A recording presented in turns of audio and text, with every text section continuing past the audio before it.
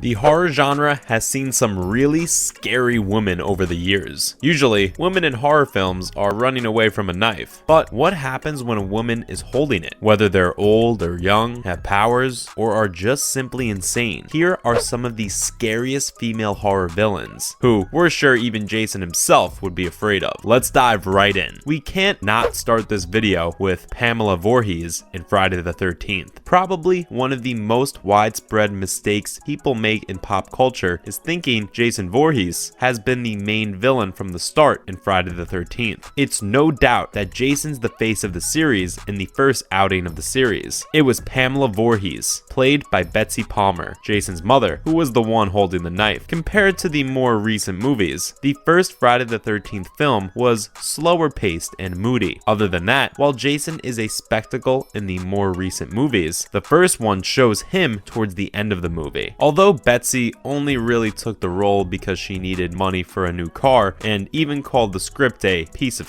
in her words, not ours, it didn't get in the way of putting on a great performance. Despite being a warm-hearted and gentle middle-aged woman on the surface, she also makes the character very threatening. She effortlessly plays a mother that's gone mad from wanting revenge on the counselors of Crystal Lake who couldn't save her drowning son. Since she was the inspiration for the whole Friday the 13th series, Pamela Voorhees will always be remembered as a legendary horror antagonist. And even though her character may have passed away at the conclusion of the film, that is ultimately what made Jason the unquestionable icon that he is today. Next up, we have Esther from Orphan. The 2009 film Orphan received a lot of conflicting reviews, both positive and negative. Regardless, we're confident that everyone watching this film can agree on one thing. The character of Esther was amazing, played by Isabelle Fuhrman. Her talented acting skills made Esther horrifying to watch and simultaneously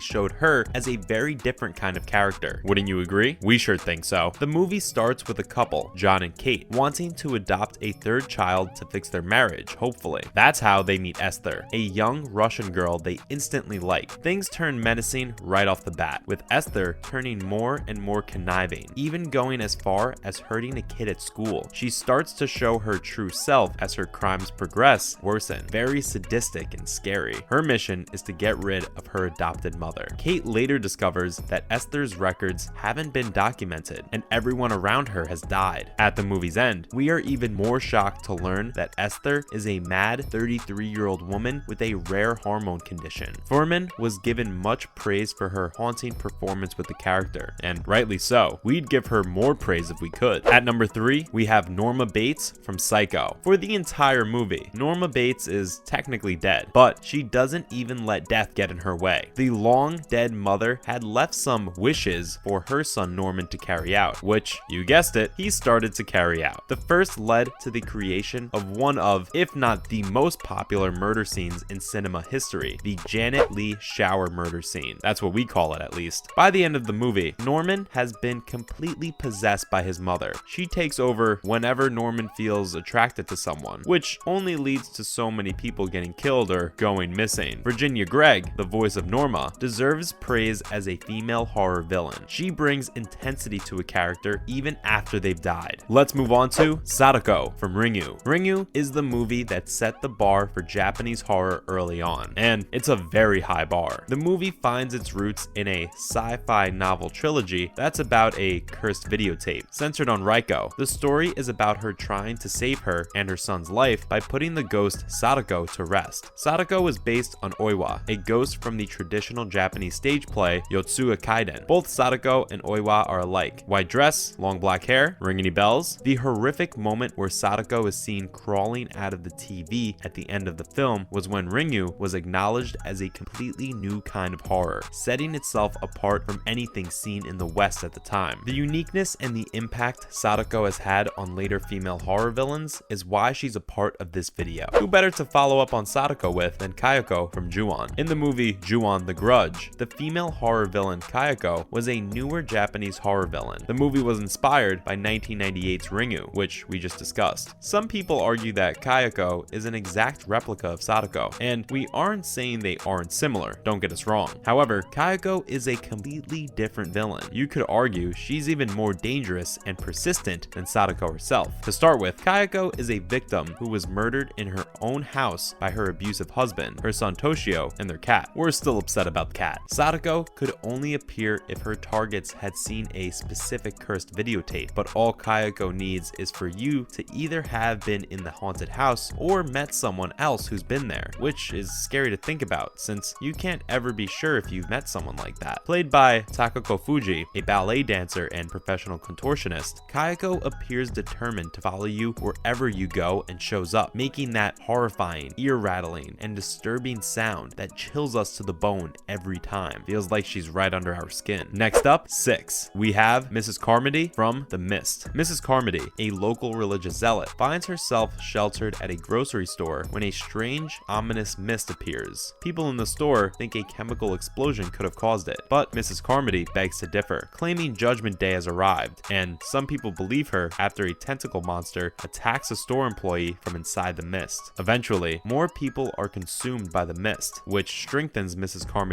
case as she starts to form a cult within the store, offering human sacrifices to the creatures, which she would choose herself. We wouldn't want to be present at the store with her, we're not gonna lie. Anyone who even thought to oppose Mrs. Carmody's ideals would end up as a human sacrifice. Mrs. Carmody's character reminds us that the real monsters are big scary creatures in the mist. Rather, they're hidden among your friends and people you know. These monsters are set free by those who forget all logic and reason and welcome hardline ideology. At number 7, there's Baby from the Firefly trilogy. Baby is undoubtedly one of the best characters from Rob Zombie's Firefly trilogy. Baby is a member of a serial killer gang, the Fireflies. Played by Sherry Moon Zombie in all 3 movies, Baby appears even crazier than Captain Spaulding and Otis, who aren't slouches in the crazy department either, mind you. The character is first seen in the House of 1000 Corpses, acting out of her family's sinister wishes with a smile on her face. In the following additions to the series, The Devil's Rejects and 3 from Hell, the Baby only gets more insane. Despite all her cruel acts and menacing nature, Baby somehow remains a scary yet lovable character. We, for one, absolutely love her. Like in that scene where she and Spaulding are nagging Otis to stop the car for ice cream, we're going to be honest, we definitely wouldn't want to meet her as an outsider from her family. We're ending this video strongly with Tiffany Valentine from Bride of Chucky. Every insane murdering doll needs a murdering woman that's equally insane. For Charles Lee Ray, more commonly known as Chucky, that insane murdering woman is Tiffany Valentine, who is first seen in Bride of Chucky. After Chucky's horrifying death in Child's Play 3, Tiffany revives him. However, Chucky ends up electrocuting Tiffany while she's taking a bath and, out of spite, traps her soul in another voodoo doll. The doll couple manipulates another young couple into taking them to New Jersey. Along the way, sparks fly between Chucky and Tiffany after they spill gallons of blood, but that doesn't last as long as Chucky starts pointing out faults in Tiffany's household skills. Tiffany's character was so lovable that fans of Child's Play demanded more of her for 3 more sequels. The bottom line of this video is that some amazing and truly bone-chilling female villains keep us sleeping with one eye open every night, and we're only waiting to see more sinister female horror villains killing people and spilling blood in the future. That's a wrap for this video. Is there any other female horror villain you think deserves to be in the spotlight? Let us know in the comments below. Make sure to give this video a thumbs up and subscribe to our channel for more videos like this. See you at the next one.